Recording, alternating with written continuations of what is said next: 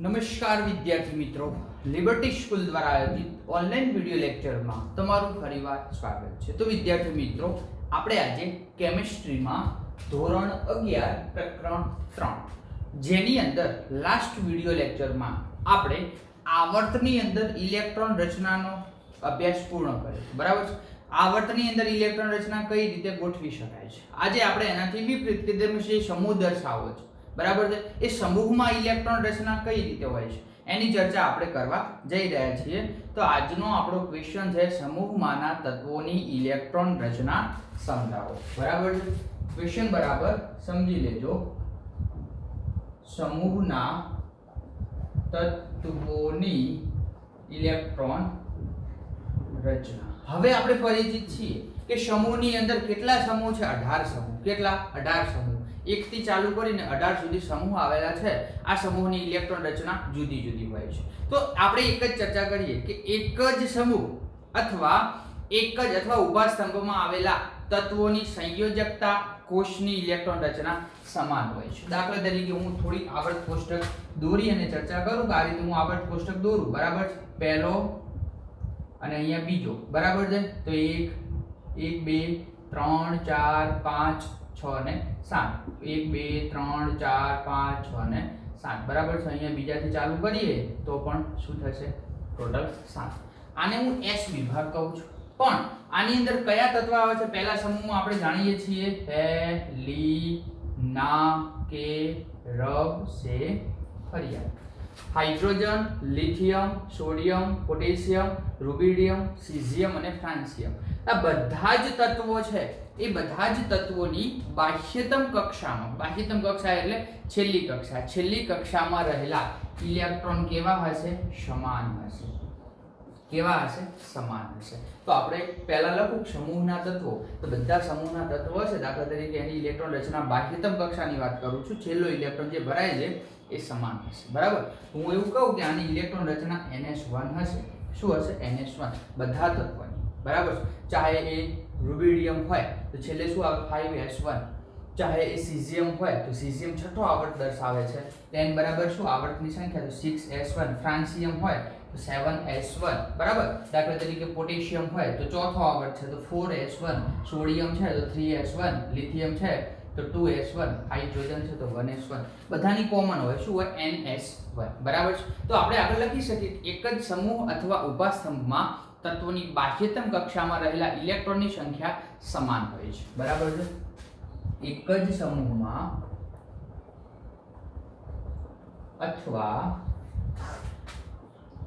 ઊભા સ્તંભમાં, બરાબર। આ એક જ સમૂહ થયો। આ કયો સમૂહ છે? પહેલો। એક જ સમૂહમાં અથવા ઊભા સ્તંભમાં બધા જ તત્વોની બાહ્યતમ કક્ષામાં રહેલા ઇલેક્ટ્રોનની સંખ્યા સમાન હોય। ઇલેક્ટ્રોનની સંખ્યા સમાન હશે એટલે એની ઇલેક્ટ્રોન રચના પણ કેવી હશે? ઇલેક્ટ્રોન રચના સમાન હોય, બરાબર। દાખલા તરીકે બધા જ તત્વો છે બાહ્યતમ કક્ષામાં એક ઇલેક્ટ્રોન ભરાય, બરાબર। હું ચર્ચા કરું હાઇડ્રોજન તો એની ઇલેક્ટ્રોન રચના થાય 1s1, બરાબર। બાહ્યતમ કક્ષાની વાત કરું છું। લિથિયમ ત્રીજા નંબરનું તો 2s1। હવે આપણને ખબર છે કે 2s1 ક્યારે આવે? તો આગળની કઈ કક્ષક ભરાય? 1s2। તો 2 + 1 3 નંબરનું લિથિયમ તત્વ છે, એની બાહ્યતમ કક્ષા એટલે 12ની કક્ષા। 12ની કક્ષા કઈ આવે? 2s। અંદરની કક્ષા કઈ આવે? 1s। એ જ રીતે સોડિયમ હોય તો 3s1, આ હોય તો 4s1, આ હોય તો 5s1, 6s1, 7s1। બધાની કોમન આવે છે કઈ? NS1। n બરાબર શું? આવર્તની સંખ્યા। n બરાબર શું? આવર્તની સંખ્યા, બરાબર છે। આ તો સમૂહ એકના જે તત્વો છે આલ્કલી તત્વો, એની ઇલેક્ટ્રોન રચના શું હોય? NS1 હોય છે। સમૂહ એકના કયા બધા તત્વો છે? આપણે એને આલ્કલી તત્વ કહીશું। આલ્કલી તત્વોની ઇલેક્ટ્રોન રચના કઈ હોય છે? NS1 હોય છે। કઈ હોય છે? NS1। n બરાબર શું? n બરાબર આવર્તનો ક્રમ, કયો આવર્ત છે એ લેવાનો છે, બરાબર છે। તો આ રીતે તમે કોઈ પણ તત્વની ઇલેક્ટ્રોન રચના હોય એનો અનુમાન કરી શકો છો, બરાબર। દાખલા તરીકે આપણે અહીંયા લખીએ પરમાણ્વીય ક્રમાંક. શું લખીએ? પરમાણ્વીય ક્રમાંક. બરાબર છે. અહીંયા લખીએ તત્વની સંજ્ઞા. તત્વની સંજ્ઞા. બરાબર. આપણે લખીએ ઇલેક્ટ્રોન રચના. બરાબર છે. તો આપણે આ બધા તત્વોની ચર્ચા કરીએ. બરાબર. પહેલા હું ચર્ચા કરું છું હાઇડ્રોજન. હાઇડ્રોજન તો દાખલા તરીકે ચલો એ પણ લખી દઈએ. હાઇડ્રોજન તત્વની પરમાણ્વીય ક્રમાંક કયો હાઇડ્રોજનનો? 1. તત્વની સંજ્ઞા શું થાય? H. ઇલેક્ટ્રોન રચના શું થાય? 1s1. બરાબર છે. પછી હું ચર્ચા કરું છું 2. શું ચર્ચા કરું છું? 2. તો 2 નંબરનું તત્વ અથવા પરમાણ્વીય ક્રમાંક હવે 2 ની આપણે આનો જોશું કયો આવે છે? 3. કયો આવે છે? 3. તો પરમાણ્વીય ક્રમાંક 3 વાળું તત્વ કયું છે? તો પરમાણ્વીય ક્રમાંક 3 કોનો છે? લિથિયમ. બરાબર. લિથિયમની ઇલેક્ટ્રોન રચના શું થશે?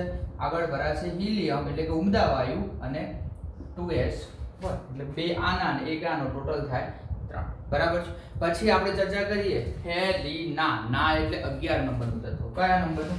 11 નંબરનું કયું તત્વ છે? સોડિયમ. કયું છે? સોડિયમ. બરાબર છે. અહીંયા આપણે ઇલેક્ટ્રોન રચના ભરવી છે. તો આગળ ઉમદા વાયુ મૂકી દઈએ આપણે ડાયરેક્ટ નિયોન. શું મૂકી દઈએ? નિયોન. તો નિયોન પછી શું આવશે? 3s1. બરાબર છે. પછી ચર્ચા કરીએ હેલિના કે. કે એટલે પોટેશિયમ. પોટેશિયમ કયા નંબરનું છે? 19મા નંબરનું.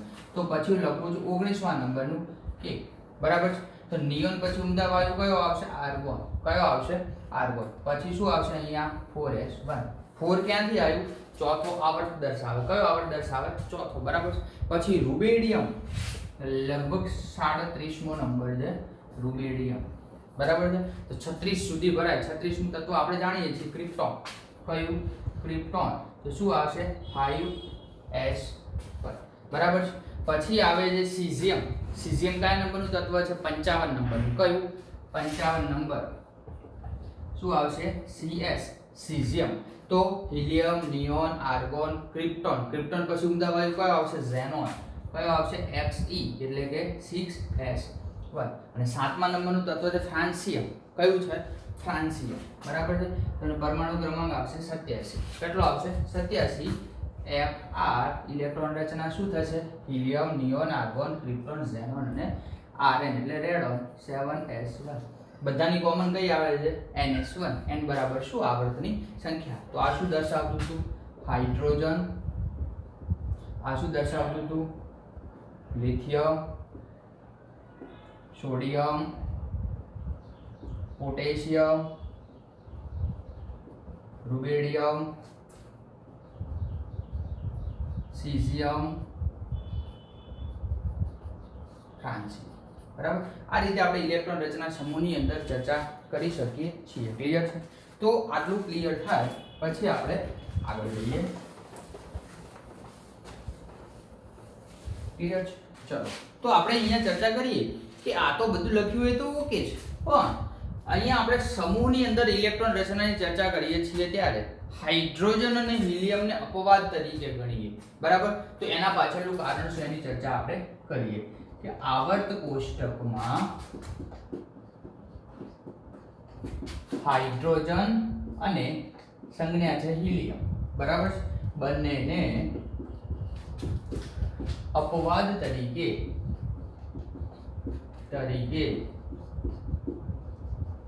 ગણવામાં આવે. બરાબર. શું લખ્યું? આવર્ત કોષ્ટકમાં હાઇડ્રોજન અને હિલિયમનું સ્થાન છે એ બંનેનું સ્થાન અપવાદ તરીકે ગણવામાં આવે છે. બરાબર. કેમ કે હું ચર્ચા કરું કે આવર્ત કોષ્ટકમાં પહેલો સમૂહ છે. બરાબર છે. આ બીજો સમૂહ છે. તો આની ઇલેક્ટ્રોન રચના ns1 હોય તો આ બધાની શું હશે? ns2. બરાબર છે. તો એની ઇલેક્ટ્રોન રચના શું થવી જોઈએ? ns2. હવે ns2 ઇલેક્ટ્રોન રચના જેની થતી હોય એને કયા સમૂહમાં મૂકવા જોઈએ? બીજા સમૂહમાં. કયા સમૂહમાં? બીજા સમૂહમાં. પણ તમે એક અવલોકન કર્યું છે કે આ હિલિયમનું સ્થાન આવર્ત કોષ્ટકમાં કઈ જગ્યાએ છે? તો હિલિયમને આપણે p વિભાગમાં મૂકીએ. કયા વિભાગમાં? p એટલે કે આવર્ત કોષ્ટકની છેલ્લે અહીંયા ઉપર મૂકીએ છીએ. બરાબર છે. તો લખીએ આગળ કે આવર્ત કોષ્ટકમાં હિલિયમ છે એ હિલિયમ s વિભાગનું તત્વ હોવું જોઈએ. હિલિયમ એ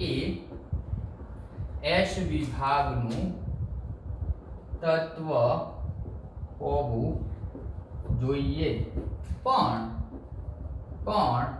તેની ઇલેક્ટ્રોન રચના ns2 થાય છે. ઓકે, પણ તેની સોરી હોવું જોઈએ તેની ઇલેક્ટ્રોન રચના NH2 થાય છે, પણ હિલિયમને આવર્ત કોષ્ટકમાં કયા વિભાગમાં મૂકો છો? P વિભાગમાં. પણ હિલિયમને આવર્ત કોષ્ટકમાં P વિભાગમાં મૂકવામાં આવે છે. બરાબર. તો P વિભાગમાં કઈ જગ્યાએ મૂકો છો? તો P વિભાગમાં છેલ્લા સમૂહમાં. છેલ્લો સમૂહ એટલે શું? 18મો સમૂહ. તો 18મો સમૂહ તો આપણે જાણીએ છીએ કે કયો સમૂહ છે? તો એની અંદર બધા ઉમદા વાયુ આવેલા છે. કયા ઉમદા વાયુ? તો ઉમદા વાયુ એટલે શું? કે જેની બાહ્યતમ કક્ષાના ઇલેક્ટ્રોન સંપૂર્ણ ભરેલા હોય. દાખલા તરીકે P કક્ષક હોય તો એના બધા ઇલેક્ટ્રોન 6 ભરેલા હોય. S હોય તો પણ બધા ભરેલા હોય. તો આ તો આપણને હકીકતમાં તો S વિભાગનું તત્વ હોવું જોઈએ, પણ ઇલેક્ટ્રોન રચના શું છે? 1s2. એનો મતલબ શું થાય? 1s2. બરાબર છે. તો 1s2 થાય છે એનો મતલબ શું? કે S ની અંદર 2 ઇલેક્ટ્રોન ભરાવા જોઈએ અને 2 ઇલેક્ટ્રોન ભરાયેલા છે. બરાબર છે. તો માટે એ શાના જેવું લક્ષણ પ્રાપ્ત કરે છે? ઉમદા વાયુ જેવું લક્ષણ પ્રાપ્ત કરે છે. ઉમદા વાયુ જેવું લક્ષણ પ્રાપ્ત કરે છે. બરાબર છે. તો ઉમદા વાયુ દાખલા તરીકે હિલિયમ છે, ઉમદા વાયુની છે. બરાબર. આ ઇલેક્ટ્રોન રચના આપણે કોની લખી? ઇલેક્ટ્રોન રચના ઉમદા વાયુની લખી. હું એક બીજું એક્ઝામ્પલ આપી દઉં. Ne. બરાબર. નિયોન. બરાબર. તો આપણે જાણીએ છીએ hydrogen, helium, lithium, beryllium, boron, carbon, nitrogen, oxygen, fluorine અને નિયોન. બરાબર. કયા નંબરનું તત્વ છે? 10 નંબરનું તત્વ છે. 10 ઇલેક્ટ્રોન ભરવાના થાય. કયા નંબરનું? 10 નંબરનું. તો ઇલેક્ટ્રોન રચના શું થશે? 1s2 2s2 2p6. ગણો 6 7 8 9 10. તો છેલ્લી કક્ષા કઈ આવી? 2s2 અને 2p2. હવે p માં વધુમાં વધુ કેટલા સમાય છે? તો p માં 6, કારણ કે પેટા કક્ષકો કેટલી? 3, px py અને pz. અહીંયા કેટલા ભરાયેલા છે? 6. 6 એ 6 ભરાવાના છે અને 6 એ 6 ભરાયેલા છે, માટે એ પણ ઉમદા વાયુ છે. તો એક વસ્તુ ક્લિયર કરી દેવાની કે ઉમદા વાયુની અંદર બધા જ ઇલેક્ટ્રોન સંપૂર્ણ ભરેલા હોય છે. બરાબર છે. તો હિલિયમ છે S વિભાગનું તત્વ છે, પણ એ ઉમદા વાયુ જેવી ઇલેક્ટ્રોન રચના ધરાવે છે, માટે તેને ઉમદા વાયુ વિભાગમાં 18મા વિભાગમાં મૂક્યું છે. એ જ રીતે હાઇડ્રોજન પણ અપવાદ છે. બરાબર છે. એ હાઇડ્રોજન શું કરશે? તો હાઇડ્રોજનની ઇલેક્ટ્રોન રચના શું થાય? 1h. બરાબર. 1s1. બરાબર છે. તો આ 1s1 ઇલેક્ટ્રોન રચના છે એ એક ઇલેક્ટ્રોન મેળવશે. તો એ શામાં કન્વર્ટ થશે? 1s2 માં. બરાબર છે. તો પણ એ થોડી ઉમદા વાયુ જેવી ઇલેક્ટ્રોન રચના પ્રાપ્ત કરે છે. ક્યારે પ્રાપ્ત કરે છે? એક ઇલેક્ટ્રોન મેળવીને. બરાબર. તો એનું પણ સ્થાન આવર્ત કોષ્ટકમાં કોઈ જગ્યાએ નક્કી નથી, પણ એને તો આપણે S વિભાગમાં પહેલું તત્વ મૂક્યું છે. બરાબર. પહેલા સમૂહમાં. તો એનું સ્થાન યોગ્ય છે. તો કદાચ પરીક્ષામાં પૂછાય નીચેનામાંથી કયા તત્વના આવર્ત કોષ્ટકમાં સ્થાન નક્કી હોતા નથી? તો શું આવશે? હાઇડ્રોજન અને હિલિયમ. બરાબર છે. એને S વિભાગમાં મૂકવાનું હતું, હિલિયમને, પણ હિલિયમ છે P વિભાગમાં, કારણ કે એ ઉમદા વાયુ જેવી ઇલેક્ટ્રોન રચના પ્રાપ્ત કરે છે, જ્યારે હાઇડ્રોજન છે, હાઇડ્રોજન શું કરશે? ઉમદા વાયુ જેવી ઇલેક્ટ્રોન રચના પ્રાપ્ત કરે છે. બરાબર. આથી આપણે એને S વિભાગમાં મૂક્યું છે. બરાબર. તો આ ક્વેશ્ચન આપણે અહીંયા પૂરો કરીએ છીએ. સમૂહમાં ઇલેક્ટ્રોન રચના પૂછાય તો આપણે આટલું લખવાનું થાય છે. એ પૂરું થાય એટલે આપણો નવો ક્વેશ્ચન છે કે આપણે હમણાં આવર્ત કોષ્ટકની ચર્ચા કરી. એની અંદર શું ચર્ચા કરી હતી? આવર્ત કોષ્ટકની અંદર 7 આવર્ત આવેલા હોય અને 18 સમૂહ આવેલા હોય, 1 થી 18. પણ વિભાગ કેટલા આવેલા હોય? 4. કયા વિભાગ હોય? S વિભાગ હોય, P વિભાગ હોય, D વિભાગ હોય અને F વિભાગ હોય. તો હવે આપણે વિભાગ તરફ જઈએ, વિભાગની ચર્ચા કરીએ. તો આવર્ત કોષ્ટકની અંદર વિભાગ સમજાવો. ક્લિયર? એવો આપણો ક્વેશ્ચન છે. ફટાફટ આટલું લખી દો, હું પૂછી અને પછી આગળ જાઉં.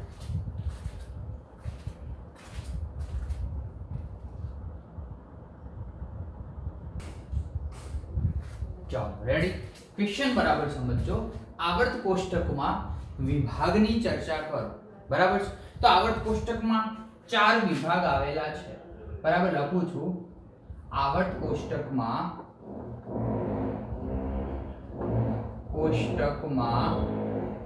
4 વિભાગ આવેલ છે. કયા 4 વિભાગ છે? S વિભાગ, P વિભાગ, D વિભાગ અને F વિભાગ. બરાબર. તો આવર્ત કોષ્ટક આપેલું છે અને આપણે થોડુંક ચર્ચા કરી લઈએ. આ જે ઊભું દર્શાવે એ શું છે? આવર્ત. તો પહેલો આવર્ત, બીજો, ત્રીજો, ચોથો, પાંચમો, છઠ્ઠો, સાતમો. 7 આવર્ત છે. ઊભા જે હશે આ રીતે એ શું હશે? સમૂહ. ટોટલ સમૂહ કેટલા? પહેલો સમૂહ, બીજો, ત્રીજો, ચોથો, પાંચમો, છઠ્ઠો, 7, 8, 9, 10, 11, 12. આટલેથી 13, 14, 15, 16, 17 અને ઉપર 18. તો આવર્ત કોષ્ટકમાં 7 આવર્ત હોય, 18 સમૂહ હોય. બરાબર. હવે વિભાગની ચર્ચા કરીએ તો પહેલો અને બીજો જે સમૂહ છે એ S વિભાગમાં આવે. કયા વિભાગમાં? S. 13 થી કરી અને 18 છે એ P વિભાગમાં આવે. કયો વિભાગ આવે? P વિભાગ. 3 થી કરી અને 12 સુધી છે એ D વિભાગમાં આવે. કયો વિભાગ? D. અને નીચે અહીંયા જે હશે એ કયા વિભાગમાં આવશે? F વિભાગમાં. બરાબર. તો આપણે આની ચર્ચા કરવાની છે. S વિભાગ. બરાબર છે. આટલો હશે પહેલો બીજો સમૂહ S વિભાગ, 3 થી અને 12 D વિભાગ, આ P વિભાગ. બરાબર. આપણે એની ચર્ચા કરીએ. બરાબર. તો આવર્ત કોષ્ટકમાં 4 વિભાગ આવેલા છે. બરાબર છે. હવે આપણે શરૂઆત કરીએ. પહેલો વિભાગ S વિભાગ. બરાબર છે. એના વિશે થોડી પ્રાથમિક માહિતી મેળવી લઈએ. બરાબર. તો છેલ્લો ઇલેક્ટ્રોન, બાહ્યતમ કક્ષાનો છેલ્લો ઇલેક્ટ્રોન S કક્ષકમાં ભરાવાને લીધે તેને S વિભાગ તરીકે ઓળખીએ છીએ. બરાબર. બાહ્યતમ કક્ષાનો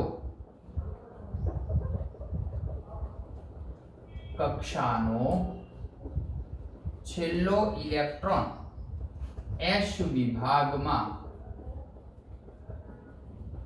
ભરાવાને લીધે તેને S વિભાગ કહે છે. બરાબર છે. તો S વિભાગની ઇલેક્ટ્રોન રચના શું થાય? તો S વિભાગની પરીક્ષામાં એક વખત પૂછાય તો ઇલેક્ટ્રોન રચના શું થાય?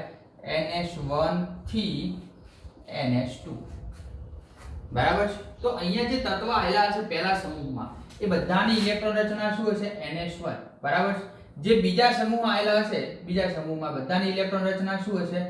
NS2.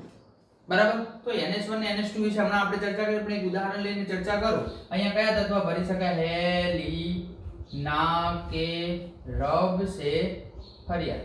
Hydrogen, lithium, sodium, potassium, rubidium, caesium, francium. અહીંયા beryllium, magnesium, calcium, strontium, barium, radium. બરાબર. દાખલા તરીકે હું ચર્ચા કરું બેરિલિયમ. બરાબર. શાની ચર્ચા કરું? અથવા ચલો નીચે લખું બેરિલિયમ, Be. બરાબર. ટોટલ પરમાણુ ક્રમાંક કેટલો થાય? 4. ઇલેક્ટ્રોન રચના શું થશે? 1s2 2s2. બરાબર. 2 2 4 4 ઇલેક્ટ્રોન ભરવાના થાય તો છેલ્લી ઇલેક્ટ્રોન રચના શું હોય? 2s2. s માં કેટલા ઇલેક્ટ્રોન આવ્યા? 2. તો s2 પણ n બરાબર કેટલો? કયા આવર્તમાં છે? તો બીજા આવર્તમાં. બરાબર. તો ns2. તો S વિભાગના તત્વો શા માટે કીધા? તો બાહ્યતમ કક્ષામાં રહેલો છેલ્લો ઇલેક્ટ્રોન S કક્ષકમાં ભરાય છે માટે આપણે એને S વિભાગના તત્વો કીધા. S વિભાગના તત્વોની સામાન્ય ઇલેક્ટ્રોન રચનાની ચર્ચા કરી કે NS1 તો એ પહેલા સમૂહની ઇલેક્ટ્રોન રચના છે, NS2 એ બીજા સમૂહની ઇલેક્ટ્રોન રચના છે. બરાબર. હવે આગળ આપણે ચર્ચા કરીએ કે સમૂહ 1 છે એને આલ્કલી તત્વ તરીકે ઓળખીએ. કયા સમૂહને? સમૂહ 1 ને આલ્કલી તત્વો અથવા સમૂહ 1 ના તત્વને આલ્કલી તત્વો તરીકે ઓળખી શકાય છે. એ જ રીતે સમૂહ 2 ના તત્વને આલ્કલાઇન અર્થ ધાતુઓ, આલ્કલાઇન અર્થ ધાતુ તત્વો તરીકે ઓળખી શકાય છે. બરાબર છે. તો આપણે આ થોડીક પ્રાથમિક માહિતી મેળવી. આગળ ચર્ચા કરીએ કે સમૂહ 1 ની અંદર આવેલા બધા જ તત્વો એ ધાતુ તરીકે વર્તે છે. અને કેવી ધાતુ છે? સક્રિય ધાતુ છે. બરાબર છે. સક્રિય ધાતુ હોવાથી એની આયનીકરણ એન્થાલ્પીનું મૂલ્ય કેવું હોય છે? નીચું હોય છે. તો આગળ સમૂહ 1 ના બધા જ તત્વો સક્રિય ધાતુ તરીકે વર્તે છે. બરાબર. આગળ તેમની આયનીકરણ એન્થાલ્પી, કઈ એન્થાલ્પી? આયનીકરણ એન્થાલ્પીનું મૂલ્ય કેવું હશે? નીચું હશે. આયનીકરણ એન્થાલ્પીનું મૂલ્ય કેવું હશે? નીચું હશે. બરાબર છે. આગળ ચર્ચા કરીએ કે સમૂહમાં, બરાબર છે, એ સમૂહમાં ઉપરથી નીચે તરફ જઈએ. પહેલા સમૂહમાં ઉપરથી હાઇડ્રોજન થી કરીને ફ્રાન્સિયમ તરફ જઈએ. બરાબર સમજી લેજો. સમૂહમાં ઉપરથી નીચે તરફ જઈએ, અથવા તમને બીજું એવું કહી શકાય આવર્તમાં ડાબીથી જમણી બાજુ જાઓ. તો સમૂહમાં ઉપરથી એટલે હાઇડ્રોજન થી કરી અને જેમ જેમ આપણે નીચે તરફ આવીએ એમ એમ ધાત્વીય લક્ષણની પ્રતિક્રિયાત્મકતા વધે છે. ધાત્વીય લક્ષણ વધે છે. તો બીજો મુદ્દો, સમૂહમાં ઉપરથી નીચે તરફ આવો તેમ ધાત્વીય લક્ષણ વધે છે અને પ્રતિક્રિયાત્મકતા વધે છે. પ્રતિક્રિયાત્મકતા વધે છે. તો સૌથી વધુ ધાતુઓનું લક્ષણ કોણ ઉત્પન્ન કરે છે? ફ્રાન્સિયમ. સૌથી વધુ પ્રતિક્રિયાત્મક કોણ છે? ફ્રાન્સિયમ. તો સમૂહમાં ઉપરથી નીચે તરફ આવીએ, ધાત્વીય લક્ષણ વધે છે. ધાત્વીય લક્ષણ વધવાને સાથે પ્રતિક્રિયાત્મકતા વધે છે. બરાબર છે. તો ઓકે, આગળ ચર્ચા કરીએ કે મોટા ભાગના તમારા S વિભાગના તત્વ છે, એ S વિભાગના તત્વ આયનીય હોય છે, સિવાય લિથિયમ અને બેરિલિયમ સિવાયના બધા તત્વો કેવા હશે? આયનીય હશે. બરાબર છે. આ થોડીક આપણે S વિભાગની ચર્ચા કરી છે. બરાબર. હવે હું બીજો વિભાગ જાઉં છું, P વિભાગ. કયો? P વિભાગ. બહુ અગત્યનું ક્વેશ્ચન છે, વારંવાર પરીક્ષામાં રિપીટ થાય છે. તો આવર્ત કોષ્ટકમાં S વિભાગ હતો, આ D વિભાગ ને હવે હું આ P વિભાગ તરફ આવું છું. તો P વિભાગ છે, બરાબર, એની આપણે ચર્ચા કરીએ. P વિભાગ એટલે કેટલા સમૂહનો સમાવેશ થાય? 13 થી અને 18. તો પહેલો મુદ્દો તો આપણે એ લખી દઈએ કે P વિભાગમાં 13 થી 18 સમૂહનો સમાવેશ થાય છે. P વિભાગમાં 13 થી અને 18 સમૂહનો સમાવેશ થાય છે. બરાબર. આગળ ચર્ચા કરીએ કે સમાવેશ થાય છે, પણ દરેક તત્વની ઇલેક્ટ્રોન રચના શું હશે? બરાબર છે. તો દરેક તત્વ એટલે કે જે સમૂહ છે, સમૂહની ઇલેક્ટ્રોન રચના શું હશે? બરાબર. તો ઇલેક્ટ્રોન રચના P વિભાગના તત્વની ઇલેક્ટ્રોન રચના કોમન હશે. કઈ હશે? NH2 NP1 થી NH2 NP2. સોરી, P માં વધુમાં વધુ કેટલા સમા છે? 6. તો આમાં થોડુંક જોવો એટલે ખ્યાલ આવશે. આ જે 13મો સમૂહ છે એની ઇલેક્ટ્રોન રચના શું હશે? NH2 NP1. બધામાં કોમન શું હશે? NH2. આની NP2, આની NP3, આની NP4, આની NP5, આની NP6. હું એક ઉદાહરણ લઉં એટલે થોડુંક વધારે ક્લિયર થશે. બરાબર. દાખલા તરીકે બોરોન. બરાબર. હાઇડ્રોજન અહીંયા મૂકું છું, હિલિયમ, પછી lithium, beryllium, boron, carbon, nitrogen, oxygen, fluorine અને નિયોન. બરાબર. તો અહીંયા ચાલો 14મો સમૂહ લઈ લો. સમૂહ 14 એક ઉદાહરણ દ્વારા સ્પષ્ટ કરું. 14મા સમૂહનું પહેલું તત્વ છે કાર્બન. કઈ છે? કાર્બન. બરાબર. કાર્બનનો પરમાણુ ક્રમાંક કેટલો છે? 6. આપણે જાણીએ છીએ. ઇલેક્ટ્રોન રચના શું થાય? 6 ભરવાના હોય તો 1s2 2s2 2p2. તો છેલ્લી ઇલેક્ટ્રોન રચના શું આવે છે? ns2 np2. n બરાબર શું? આવર્તની સંખ્યા. તો કાર્બનને તમે કયા આવર્તમાં મૂકો છો? બીજા આવર્તમાં મૂકો છો. તો ઇલેક્ટ્રોન રચના શું થાય? ns2 np2. તો આપણે અહીંયા જ લખ્યું ns2 np1. 13મા સમૂહની, 14મા સમૂહની ns2 np2 np3 np4 np5 અને np6 ગમે તે તત્વો હોય ઇલેક્ટ્રોન રચના આ રીતે કરી શકાય છે. બરાબર. તો આપણે એક ઉદાહરણની એને ચર્ચા કરી. પરીક્ષામાં એવું પૂછાય છે કે 14મા સમૂહની સામાન્ય ઇલેક્ટ્રોન રચના શું? તો બધા સમૂહની કંઈક સામાન્ય ઇલેક્ટ્રોન રચના હશે. બરાબર છે. આગળ ચર્ચા કરીએ કે ઉમદા વાયુની સંયોજકતા કોષની ઇલેક્ટ્રોન રચના કેવી હશે? અર્ધપૂર્ણ ભરાયેલી હશે. બરાબર છે. આગળ ચર્ચા કરીએ કે એક ઇલેક્ટ્રોન તમે દૂર કરો છો, એક ઇલેક્ટ્રોન દૂર કરો છો, અથવા તમે એને અહીંયા આપણે એવી ચર્ચા કરીએ કે અહીંયા P માંથી ઇલેક્ટ્રોન દૂર કરવો છે, થોડોક સહેલાઈથી દૂર થઈ શકશે. બરાબર છે. આગળ ચર્ચા કરીએ કે જે ઉમદા વાયુ છે બરાબર છે।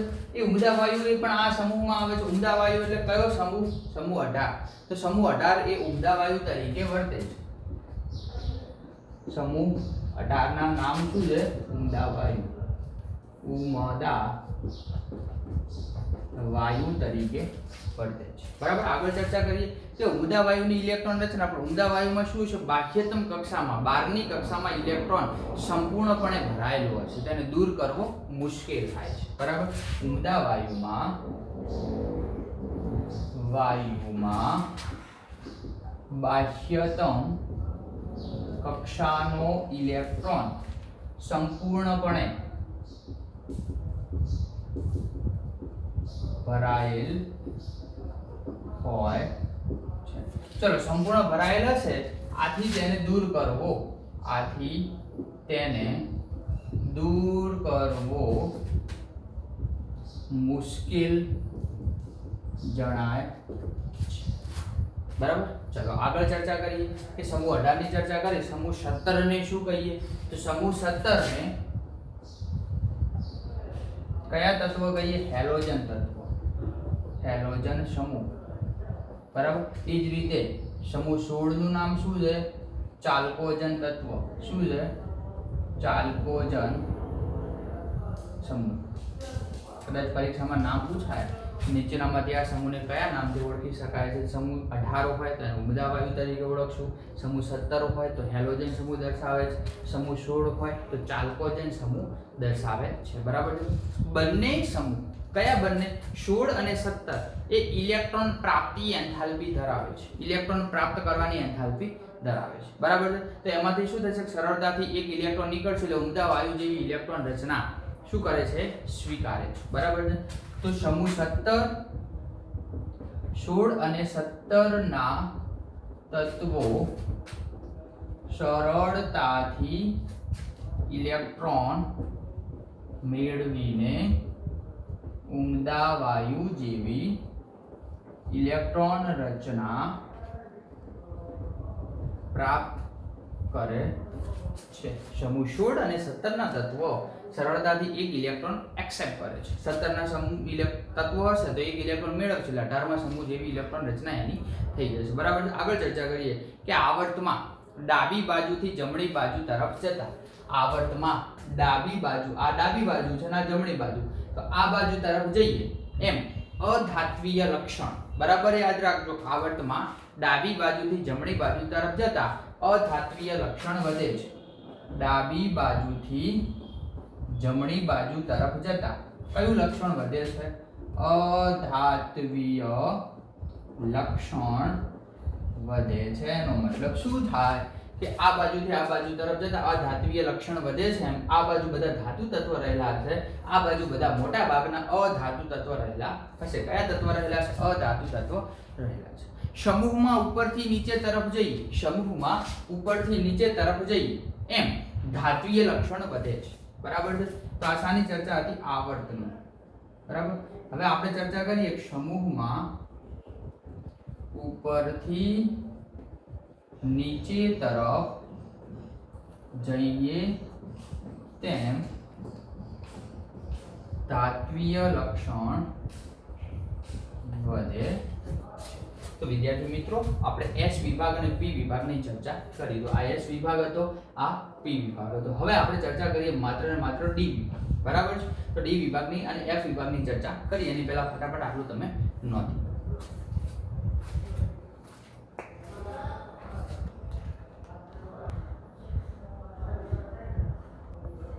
ચાલો, તો વિદ્યાર્થી મિત્રો લખી રહ્યા છો તમે।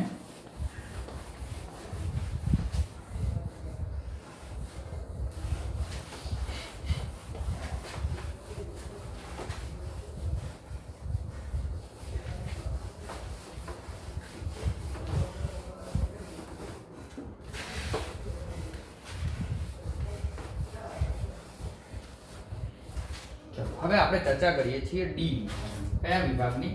ડી વિભાગની। ડી વિભાગ સમજાવો। બરાબર, ડી વિભાગ એટલે કયો? 3 થી અને 12। બરાબર છે। તો પહેલો મુદ્દો તો આપણે એ લખી દઈશું કે ડી વિભાગમાં, ડી વિભાગમાં સમૂહ કયા 3 થી 12 આવેલા હોય છે. 3 થી અને 12 સમૂહ કયા વિભાગમાં હશે? ડી વિભાગમાં આવેલા હોય છે. બરાબર. તો ડી વિભાગ અને બીજા કયા નામે ઓળખાય છે? તો ડી વિભાગના તત્વોને કયા તત્વો? સંક્રાંતિ તત્વો તરીકે ઓળખી શકાય. પરીક્ષામાં પૂછાય કે નીચેનામાંથી કયા વિભાગના તત્વોને સંક્રાંતિ તત્વ કહે છે? તો ડી વિભાગના. સંક્રાંતિ તત્વ કેમ લીધા? કે એની અંદર ઇલેક્ટ્રોન બાહ્યતમ કક્ષામાં આવે છે. બરાબર. તો તેમાં ભરાતો છેલ્લો ઇલેક્ટ્રોન કયા વિભાગનો હશે? ડી વિભાગનો હશે. તેમાં ભરાતો છેલ્લો ઇલેક્ટ્રોન ડી વિભાગનો હશે. બરાબર. દાખલા તરીકે આપણે હવે એની સામાન્ય ઇલેક્ટ્રોન રચના લખવાની છે. તો ડી વિભાગના તત્વોની સામાન્ય ઇલેક્ટ્રોન રચના નીચે મુજબ છે. ડી વિભાગના તત્વોની સામાન્ય ઇલેક્ટ્રોન રચના પરીક્ષામાં વારંવાર MCQ માં અથવા SQ માં પૂછાય છે. n-1 D 1 થી 10 n-1 D 1 થી 10 ns 0 થી 2. n બરાબર શું? આવર્ત. n બરાબર શું? આવર્ત. બરાબર. હું એક ઉદાહરણ લઉં એટલે થોડુંક વાત ક્લિયર થાય. બરાબર. દાખલા તરીકે આપણે અહીંયા ચર્ચા કરીએ આની. બરાબર છે. તો આની તત્વ ભરાય છે. તો પહેલું આવશે અહીંયા સ્કેન્ડિયમ, ટિટેનિયમ, વેનેડિયમ, ક્રોમિયમ અને મેંગેનીઝ. ચલો 25મા નંબરની તત્વની વાત કરું છું. 25મું તત્વ કયું છે? Mn એટલે કયું? મેંગેનીઝ. બરાબર. આની ઇલેક્ટ્રોન રચના મારે લખવી છે. તો n-1 તો આ મેંગેનીઝ છે. બરાબર છે. સ્કેન્ડિયમ, ટિટેનિયમ, વેનેડિયમ, ક્રોમિયમ અને મેંગેનીઝ જે સાતમો સમૂહ છે એની અંદર કયા આવર્તમાં આવે છે? ચોથા આવર્તમાં. કયા આવર્તમાં? ચોથા. તો આપણે અહીંયા શું કરવાનું છે? 4 - 1 D. હવે અહીંયા ઇલેક્ટ્રોન ગણવાના છે. પહેલો, બીજો, ત્રીજો, ચોથો અને પાંચમો. તો શું આવશે? D5. બરાબર છે. ns n બરાબર શું? આવર્ત. આવર્ત કયો? ચોથો. ચોથામાં કેટલા ઇલેક્ટ્રોન ભરાશે? 2. ચલો 4 - 1 એટલે 3d5 4s2. બરાબર છે. ચલો ઇલેક્ટ્રોન રચનાની આપણે ચર્ચા કરીએ તો આપણે શું મૂકી દઈશું? આર્ગોન. આર્ગોન એટલે 18 18 ને 2 20 20 ને 5 25 25મા નંબરનું મેંગેનીઝ. આ રીતે સમજી શકાય છે. બરાબર. આગળ ચર્ચા કરીએ કે ડી વિભાગના તત્વો છે એ બધા રંગીન આયનો બનાવે છે. ડી વિભાગના તત્વો એ રંગીન આયન બનાવે છે. બરાબર. આગળ ચર્ચા કરીએ કે આ ઉપરાંત એ જે ડી વિભાગના તત્વ છે જુદી જુદી ઓક્સિડેશન અવસ્થા દર્શાવે. જુદી જુદી ઓક્સિડેશન અવસ્થા દર્શાવે છે. બરાબર. મોટા ભાગના રંગીન સંયોજનો બનાવે છે. જુદી જુદી ઓક્સિડેશન અવસ્થા દર્શાવે છે. આ ઉપરાંત જે રાસાયણિક પ્રક્રિયા થતી છે એમાં જે ડી વિભાગના તત્વો છે શાના તરીકે? ઉદ્દીપક તરીકે કાર્ય કરે છે. ઉદ્દીપક એટલે શું? રાસાયણિક પ્રક્રિયામાં વપરાતા નથી પરંતુ રાસાયણિક પ્રક્રિયાનો વેગ શું કરે છે? વધારે છે. બરાબર છે. તો આપણે થોડી ચર્ચા શાની કરી? ડી વિભાગના તત્વો. હવે આપણે જોઈએ છીએ એફ વિભાગના તત્વો. બરાબર. એ એફ વિભાગના તત્વોને શું કહેશું? આંતર સંક્રાંતિ તત્વો. શું કહેશું? આંતર સંક્રાંતિ તત્વો. ક્લિયર? તો લખી દો. એફ વિભાગના તત્વોને એફ વિભાગના તત્વોને આંતર સંક્રાંતિ તત્વો કહે છે. કયા સંક્રાંતિ તત્વો? આંતર સંક્રાંતિ તત્વો કહે છે. આગળ કે એફ વિભાગનું સ્થાન ક્યાં છે? તો એફ વિભાગનું તત્વ આવર્ત કોષ્ટકની નીચે તળિયાના ભાગે બે આડી હરોળમાં મૂકવામાં આવે છે. F વિભાગના તત્વોને તળિયાના ભાગે આડી હરોળમાં મૂકવામાં આવે છે. બરાબર. તો એની સામાન્ય ઇલેક્ટ્રોન રચના શું થશે? તો ધ્યાન આપજો, અહીંયા થોડીક આપણે એડ કરશું n-2. શું કરશું? n-2. બરાબર. F 1 થી અને 14. બરાબર. બાકી આ રહ્યા કોપી પેસ્ટ. બાકી ડી વિભાગને મૂકી દે. ડી વિભાગને શું છે? n-1 d 1 થી 10. તો n-1 d 1 થી 10 ns 0 થી 2 અથવા તમે ડાયરેક્ટ અહીંયા લખી દેશો ને તો પણ ઓકે છે. શું? ns2. શું લખી દેશો? ns2. તો ઓકે છે. બરાબર છે. તો n-2 n બરાબર શું? આવર્તની સંખ્યા દર્શાવે છે. બરાબર છે. ઓકે. તો અહીંયા છેલ્લો ઇલેક્ટ્રોન શામાં ભરાતો છે? F માં ભરાતો હશે. હવે આપણે ચર્ચા કરીએ કે બે હરોળ તો કીધી, પણ કયા બે તત્વો? તો બે શ્રેણીઓ જોવા મળશે. એક શ્રેણી જોવા મળશે લેન્થેનાઇડ શ્રેણી, બરાબર. બીજી જોવા મળશે એક્ટિનાઇડ શ્રેણી. કઈ? લેન્થેનાઇડ અને એક્ટિનાઇડ. બરાબર. તો લેન્થેનાઇડ જે શ્રેણી છે એની શરૂઆત ક્યાંથી થશે? તો સીરિયમ Ce થી ચાલુ થાય છે લ્યુટેશિયમ સુધી. તો Ce થી ચાલુ થાય છે અને Lu લ્યુટેશિયમ સુધી આવે છે. પણ પરમાણ્વીય ક્રમાંકની ચર્ચા કરીએ તો આ સીરિયમનો પરમાણ્વીય ક્રમાંક 58 છે. આનો છે Z બરાબર 71. બરાબર છે. આગળ ચર્ચા કરીએ એક્ટિનિયમની શરૂઆત ક્યાંથી થાય છે? તો થોરિયમ Z બરાબર 90 થી કરી લોરેન્સિયમ Z બરાબર 103. બરાબર. પણ અને લેન્થેનાઇડ કેમ કીધું? કે એની લેન્થેનાઇડ એટલે કે F વિભાગમાં ઇલેક્ટ્રોન ભરાવાની શરૂઆત લેન્થેનમ તત્વથી થાય છે. આ તત્વ એક્ટિનમ થી થાય છે. બરાબર. Ac થી એક્ટિનિયમ થી થાય છે. પછી આવશે કોણ? આ. બરાબર. પછી ઇલેક્ટ્રોન સમગ્ર રીતે ફર્યા કરશે. તો આપણે પાછળ ભણવાનું છે કે લેન્થેનાઇડ સંકોચન અને એક્ટિનાઇડ સંકોચન એટલે શું એ આપણે થોડીક ચર્ચા કરીશું. બરાબર. આગળ ચર્ચા કરીએ તો મોટા ભાગના તત્વો એ કેવા છે?